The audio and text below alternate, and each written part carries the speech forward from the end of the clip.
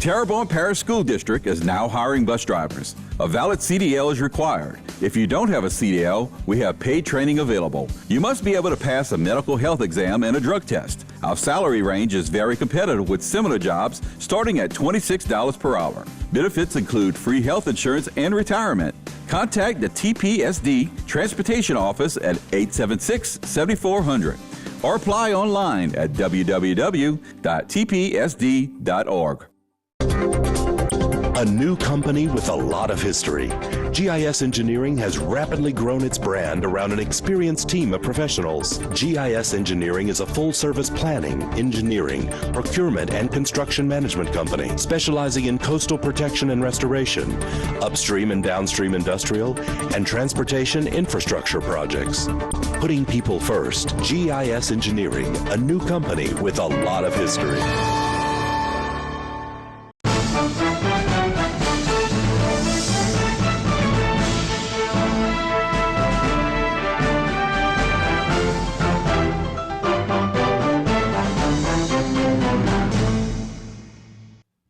Good evening and welcome to our show, Going Public.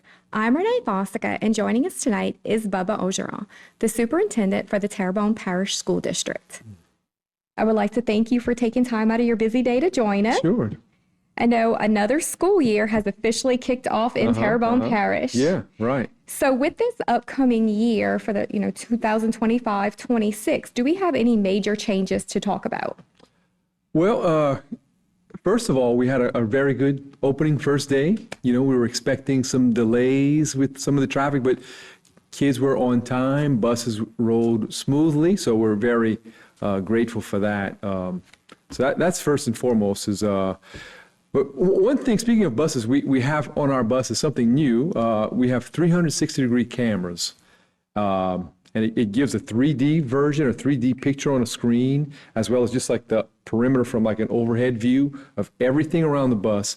And it has sensors on the bus. And when a person comes within 15 feet of the sensor of the side of the bus, there's like a beeping that goes off. So we have every bus outfitted with those 360-degree cameras, and we're very pleased with the way they came out and the training the drivers had, so that they're very responsive to the sounds and the visuals that we have on there. So that's something new, right? And we're kind of pleased with the way that all came out. Another thing that you're going to hear more of, I think, in the next segment is we went to clear school bags, which was clear or mesh school bags. So that was across the board, and we had a lot of questions we answered throughout the summer, and I see there's a visual there. But it went well. I checked in with high schools today, and everyone was in compliance, give or take just a couple of 3 kids. And they all had like a very good reason for not having it, and a plan to get it within the next couple of days. So that went well, despite a lot of, adjustments on parents, and we appreciate them kind of helping us with all that. The other thing, particularly at the high school, that's going to be kind of somewhat of a change is no cell phones at all. So they'll talk about that as well in much more detail. But so far, so good. It's day one, but kids were compliant, and it'll be the new norm.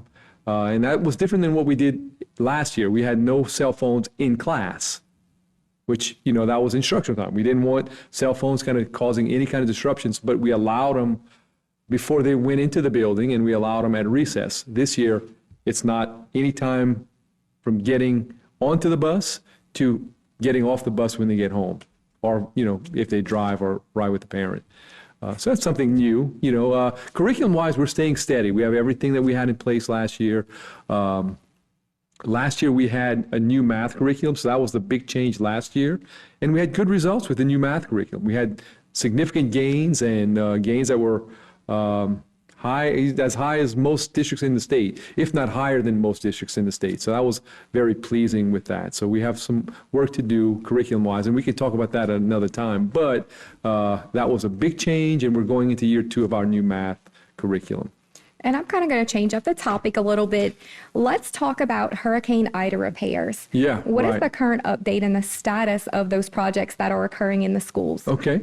Yeah, so we and I've spoken about this quite often, which but you can't speak about it enough. There's always, because people need to know, and We want to kind of tell everything we can about the status. So that's a great question.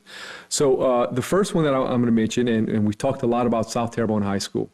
The renovation and repair work is coming along well. They're going to be powering up the air conditioners like in the next several days. And that's going to be a game changer, because once that's done, the floor work and some of the other interior finishes can kind of be initiated and finalized. They need a kind of controlled environment to kind of keep those things from kind of having any kind of issues with the glues or the paint drying and all that stuff. So that's going to be the point at which you start to see the building kind of come back to life, so to speak. But it's moving along quickly. We had power issues. The power got turned on about a week and a half ago.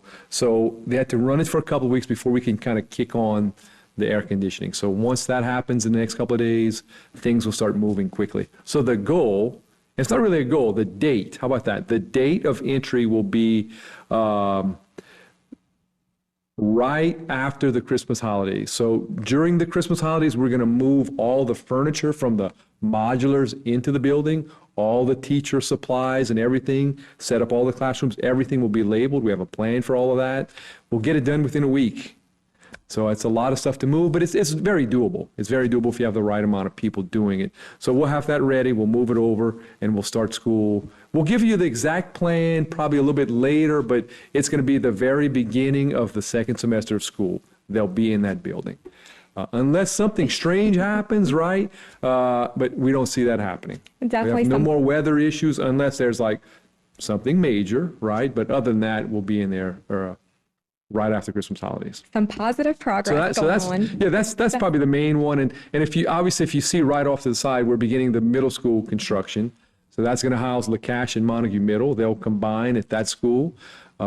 That's moving along well. We had a few issues with pilings, which is why you still see some kind of standing up. They were kind of having some penetration issues where they were hitting sand, so they had to do some boring to kind of get the pilings down. So that's kind of slowing that up. There's always an issue, right? It doesn't go as you plan. So that's coming. Then we have Upper Little Caillou and Grand Caillou Elementary that will go to bid in the next month. So that's all encouraging things. And typically a building like that's going to take about 2 years to get from start to finish, 2 years in a big school like that. So that's kind of what we're looking at. Well, good. I want to thank you for those updates. It does look like our time is up, but Sure. Thank you for coming on. I would like to thank you, our viewers, for watching. Don't forget to join us every week on Going Public.